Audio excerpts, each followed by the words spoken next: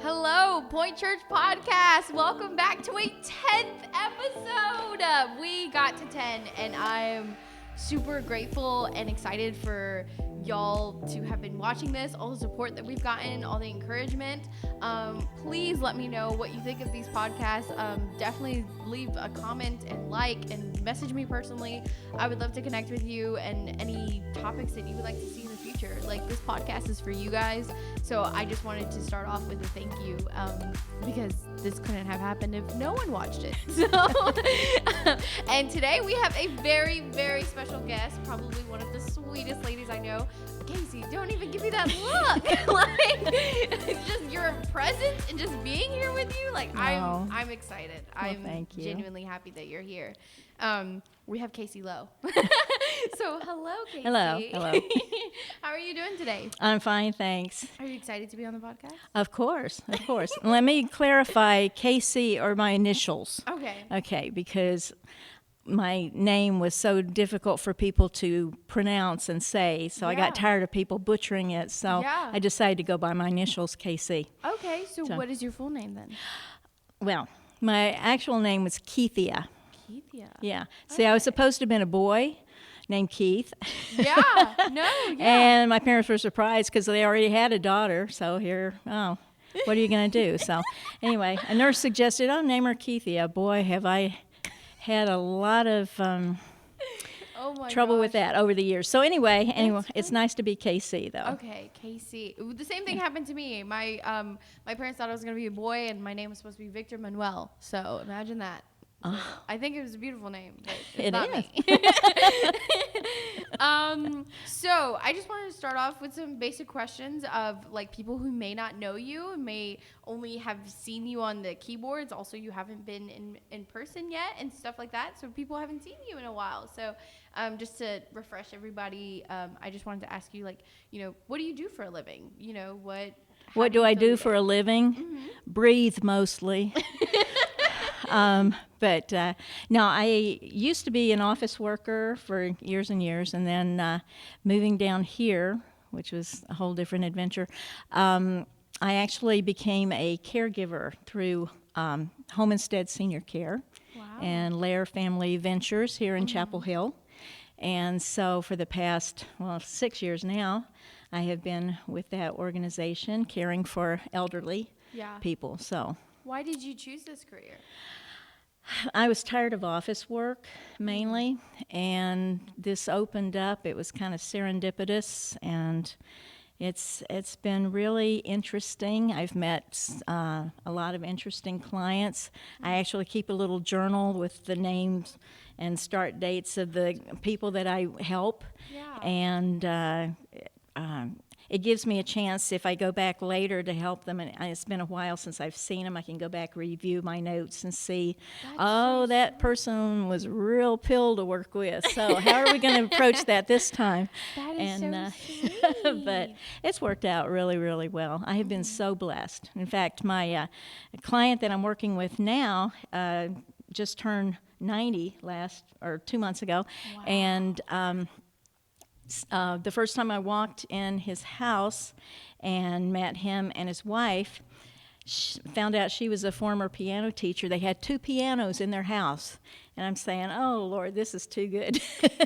So needless to say, we enjoy music in their home quite a bit throughout the week. That's amazing. It's fun. Yeah, my aunt used to. she didn't go to houses or anything, but she stayed in the home to kind of help people, and she was telling me all of the things that would happen there. Of, it's hard when you have really good workers and then really, like, people who don't care.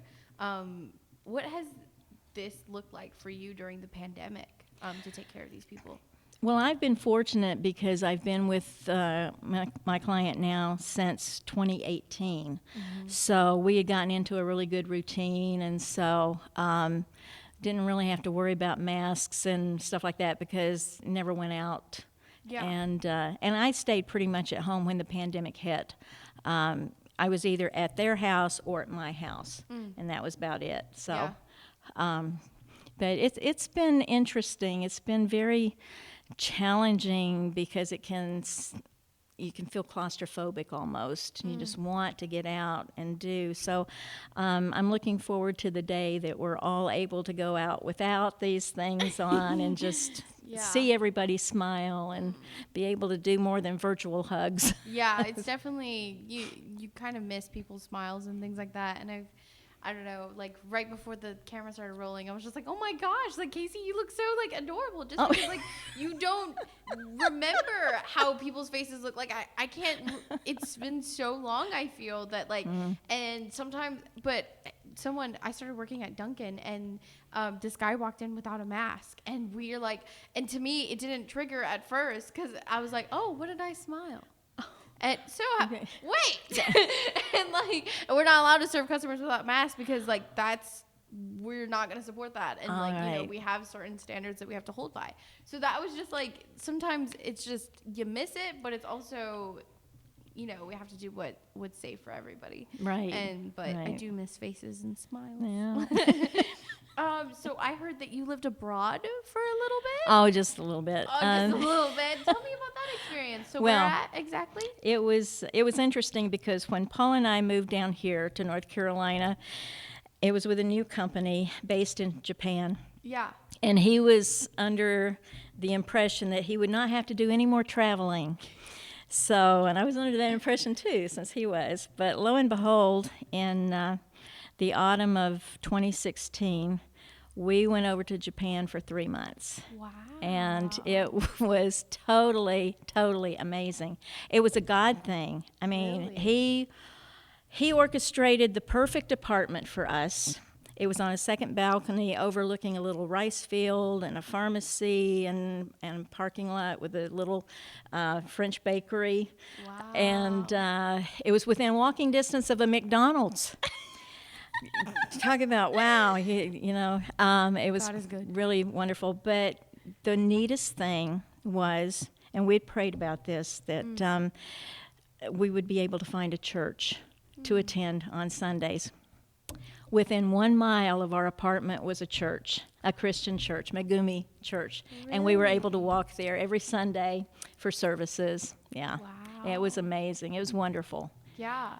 That's so awesome, just to see the ways that God orchestrates. Like, how was that acclimating to like a whole different culture and language and like figuring all of that out? Like, well, the first thing I asked our wonderfully talented interpreter, Keiko-san, I said, Keiko-san, how do you say I am stupid in Japanese? And she looked at me with this quizzical look. And she said, "Watashi wa baka na gaijin desu." I said, "Okay." So whenever I met anybody new, I'd just say, "Watashi wa baka na gaijin desu." Gomenasai. Excuse me. Impression. Yeah, exactly. I'm stupid. Yeah, exactly. And it's amazing because people would just smile and just really treat you kindly because they know you're a stupid foreigner. You don't know what you're doing. It was great. Wouldn't that be scary to like, what if they took advantage of you and stuff? I know that that's like a danger abroad and stuff, but. Not really in Japan. And we had, like I said, Keiko-san was excellent interpreter for us. She introduced me to one of her very good friends, Mitsu-san, who's an excellent artist, and we got along. So Mitsu's son is close in age to me. And I also met two of the teachers that were teaching English at Shinkawa SST, and one of them, Kumiko-san, is my little sister, Imoto.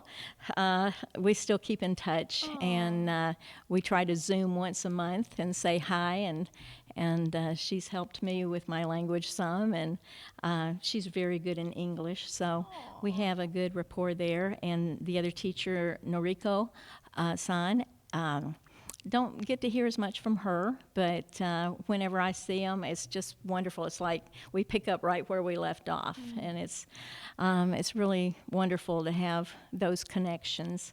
And then at Megumi Church, Elma we were introduced to her. She's the leader of the international group, and she made us feel right at home.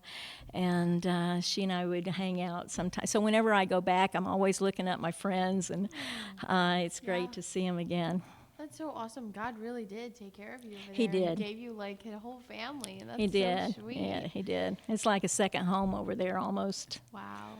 Yeah. What are some things that you learned that you took back to the States? Oh, well, let's see. Something different each time. We've been fortunate to go over 4 times for varying lengths of time, not nearly as long as the first time we went over.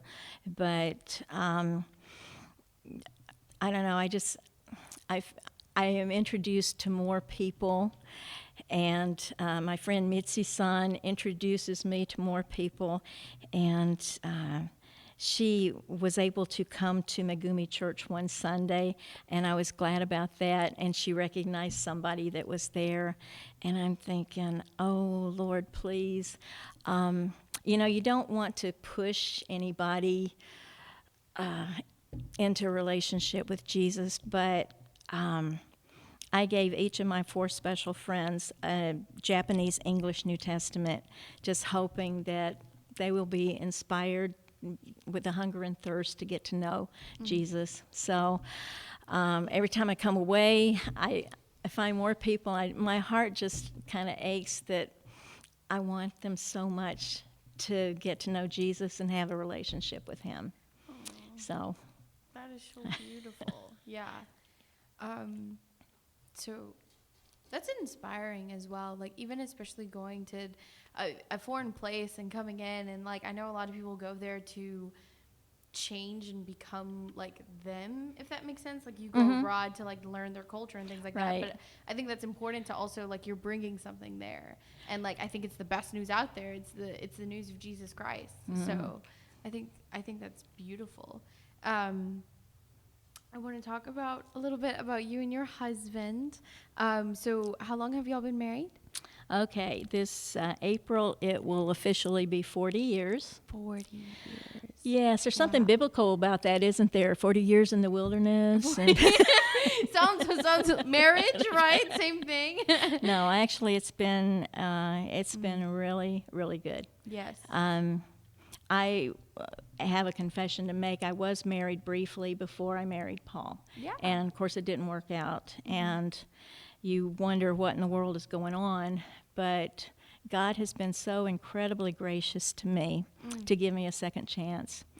And he has just given Paul and me so much together as well as separately, but just to be able to enjoy each other's company and be together, and through thick and thin and thinner and a little thicker. But it's been a wonderful 40 years so far, and I'm hoping, I don't know if it'll last for another 40, but who knows? But it's pretty neat, yeah. And so within that, like you said, it's been thick and thin and things like that. Like, what is something that helped you guys through 40 years? Because I know a lot of people can't say that. Well, actually, I met him when he was defrosting a church refrigerator. So his sister was my best friend and introduced us. So he had a church background. Of course, I grew up in the church. I was one of those classic kids with a drug problem because my parents drugged me to church every time it was open. And so I had that background. Of course, there for a while, I'd fallen away, but I'm so thankful and grateful to God that he never gives up on us, and he brings us back to him, and then manages to hook us up with somebody that can help us iron sharpen iron, which is really good without cutting each other too badly. So it's, I don't know what else I can say. It's been quite a ride. Yeah. Oh my gosh. I just love hearing about relationships. Like, just hearing about y'all definitely cheered me up over here, because 40 years is like an honor and a privilege. And I know it hasn't been an easy one. So first of all, like, kudos to you guys. I'm super proud that y'all made it. And I pray that y'all continue to make it and stuff. Thank you.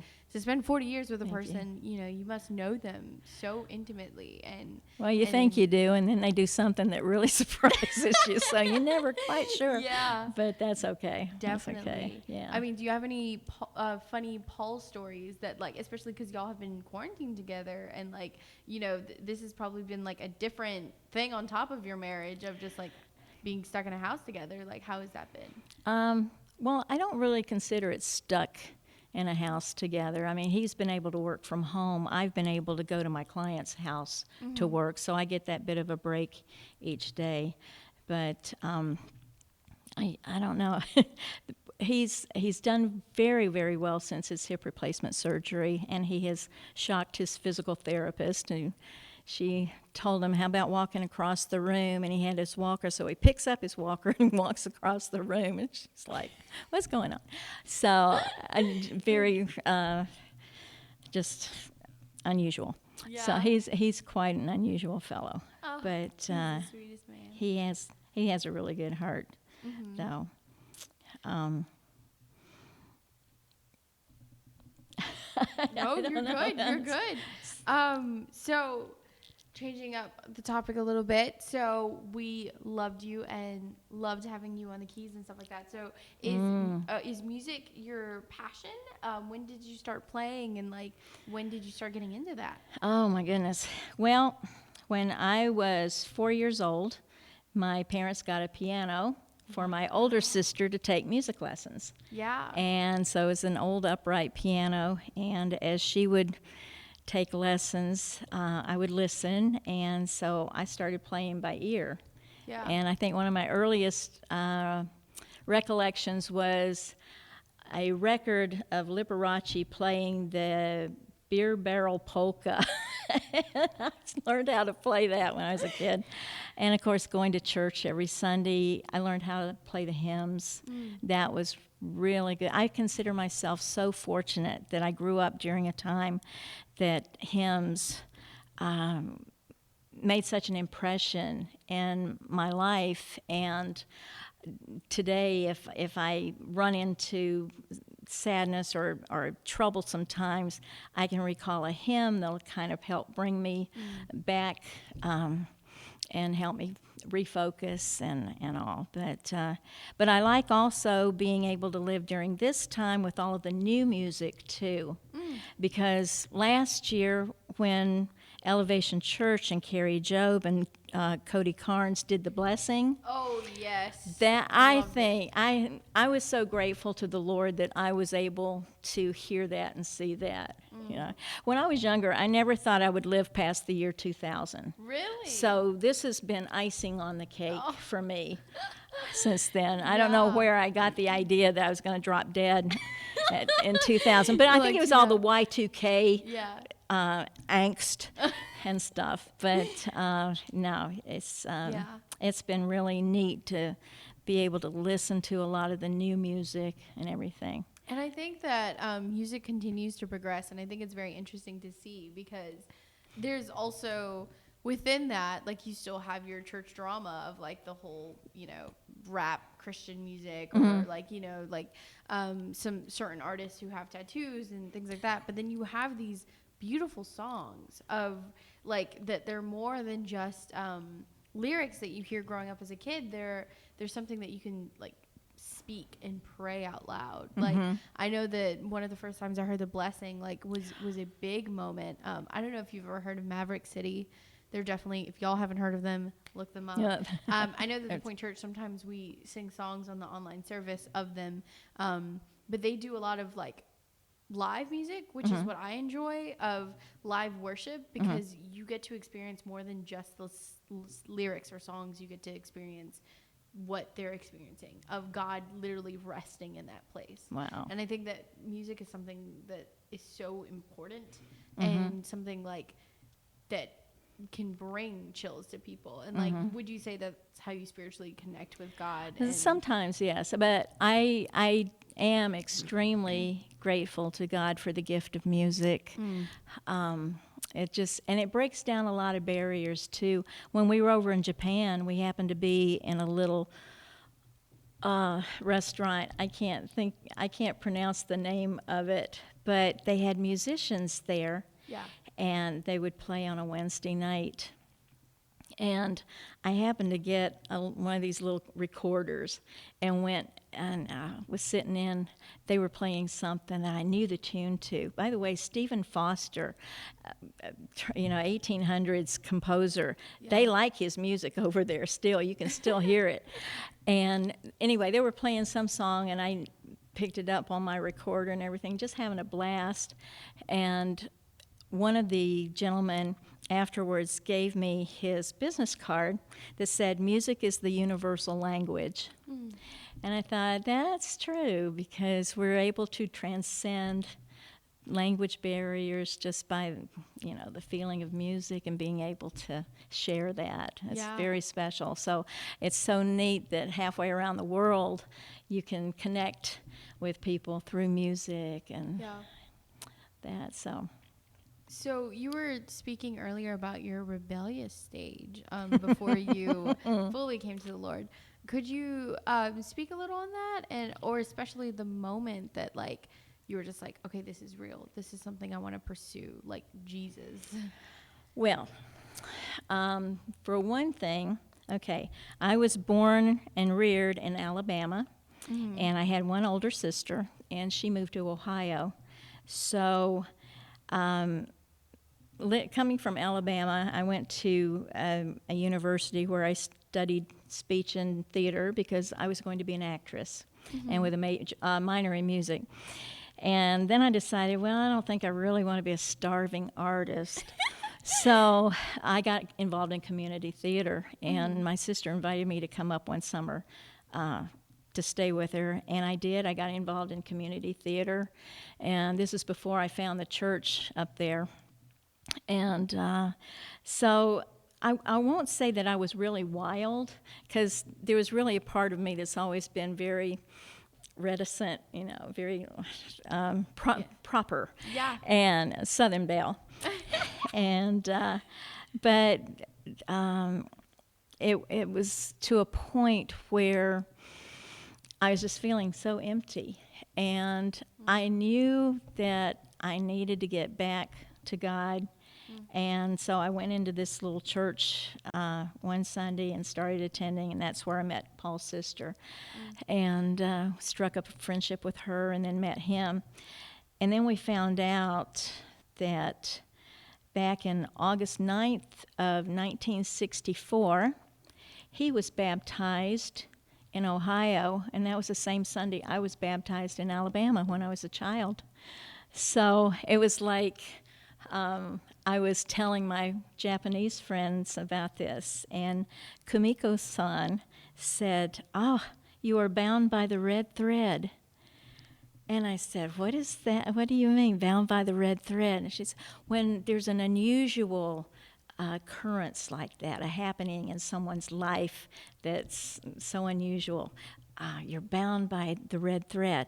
And I said, that is so neat, because the red thread can symbolize the blood of Christ that brings us together and links us together. Yeah. And so I was just, I look back and I'm just in awe of how gracious our Heavenly Father's been to me. And to Paul. I would too. I mean, I think it's important to count your blessings and recognize, and now you're able to see all those things of where God has moved in your life. I'm only 20, but yet I still have so much to learn and so much to and just being able to look back at even these couple of years of just wow, God was really moving. Yes, it's amazing how he moves. Yes. Totally amazing, because I think if I had not become a caregiver, I would not have been eligible to get the vaccine as early as I've been able to get it. And our neighbor across the street had the phone number that I was able to give to my clients for them to call up and be able to get their shots scheduled and everything. And it didn't work out for me, but it worked out for them, and that was okay. And then later on, I had another number I was able to call. And so things just have a way of working out. You just got to be patient, which I struggle with patience. Oh, me too. But always have. I've tried to be better about that. But anyway. God did not call us to be perfect. So, you know. It's a good thing because I would never make it in 100 years. I don't know. Yeah. I think about all the sacrifices they had to do in the Old Testament. And every time you turned around, they had to kill an animal for this or that or other. And I'm just thinking, good heavens, we are just so blessed that Christ took all of that upon himself. And of course, it doesn't give us license to really sin. Yeah. And that's one thing that I really have to watch. I don't want to slip away again. And I just want to stay focused on him. So what are ways you've been staying connected with since the pandemic happened? Like with your family and friends, the church, even with God? Like, you know, how has this affected you? Okay, staying connected. Well, of course, we're able to do FaceTime with our son and daughter-in-law and grandchild up in Indiana. So that's good. But Paul and I have the most fun and excellent life group. And we connect every Wednesday when we're healthy and can do it and stuff. But we are so blessed to have such good friends in that group. And it means a lot to be able to just share all of everything we're going through and pray for each other and just be there for each other. It's really wonderful. So plug for life groups. Yeah. Plug for life groups there. Very good though. We need that. And I don't know. I get a little concerned when I hear about churches not being able to reopen because of the pandemic. I don't know if you heard the Canadian pastor that was arrested back in February 16th because he'd opened his church back up, and it was against the government, so the government came in and arrested him. And I'm thinking, okay, that's Canada, but there for a while here, we were not allowed. And you get a sense of some of these other countries that they don't have freedom of religion like we do. We are so blessed here, and even in spite of the pandemic and everything going on there, I really hope and pray things get back to normal where we can fling open the doors and widely and not worry about any contagion or plague striking us down, but just to be able to enjoy each other's company. And there's something so wonderful and such a blessing about corporate worship and our voices together. And I think one of the things that I really enjoyed in Japan, that the music for the church services, I would know the melodies to. They would be doing hymns that I grew up with, and it was so neat. And being able to sing them in Japanese, and I didn't really know exactly, because sometimes things don't translate exactly the same, but you get the basic idea. But it was just marvelous to be able to think about every tribe and tongue and nation coming together and singing praises, and I just can't wait till heaven. Oh, yes. I can't wait till heaven. Yes, 100%. What has God been teaching you during this season of life? That he has everything under control, and I need to let it go sometimes. I have a tendency to want to control, and but he's taking care of everything. And I really, the Lord is my shepherd. I lack for nothing.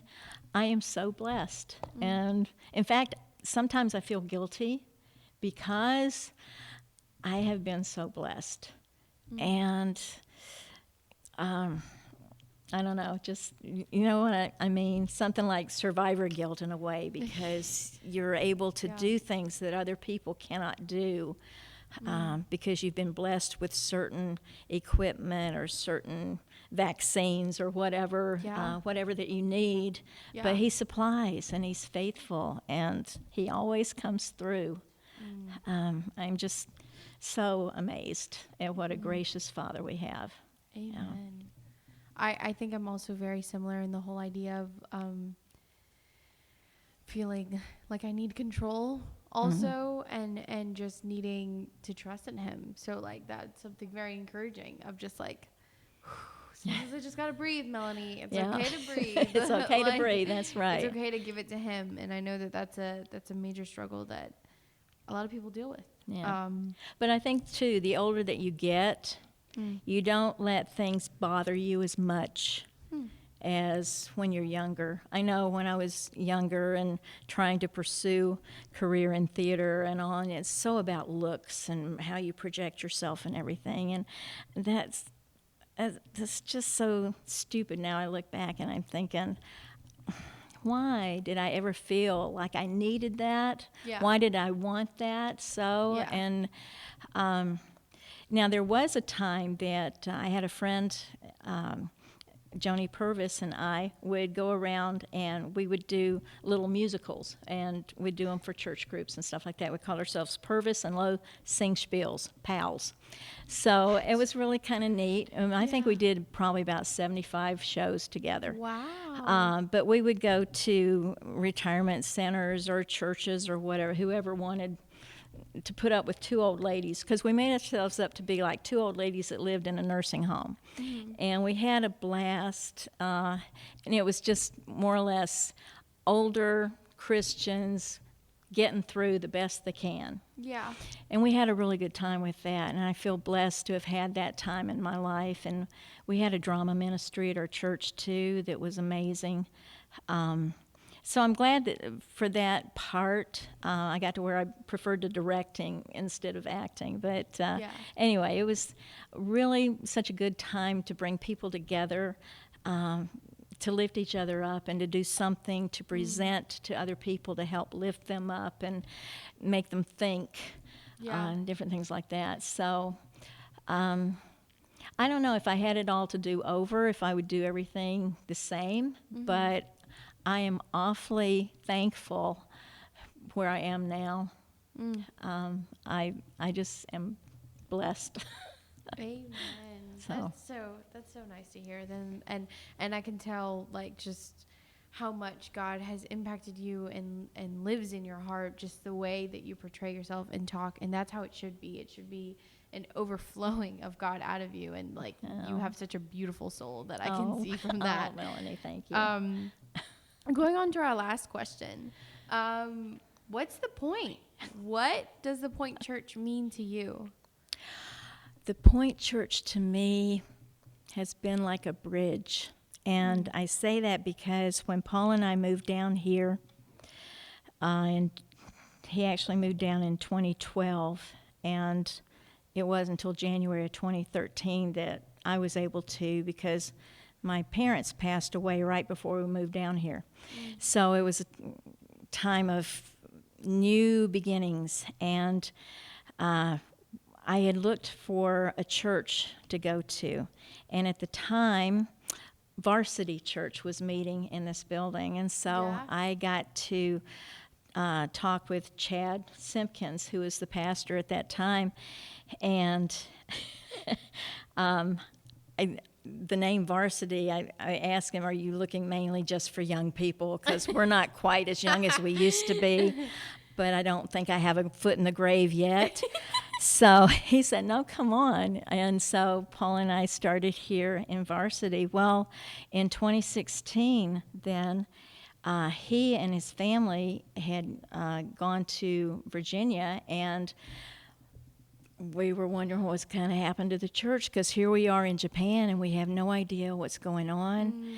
And so fortunately, Point Church stepped in, and Chris Hankins and the people there came in and kind of kept things going and built things up. And so that to me was such a God thing to come back, and we didn't have to worry about the church being closed. Here it was getting a new beginning. Yeah. And that was really good.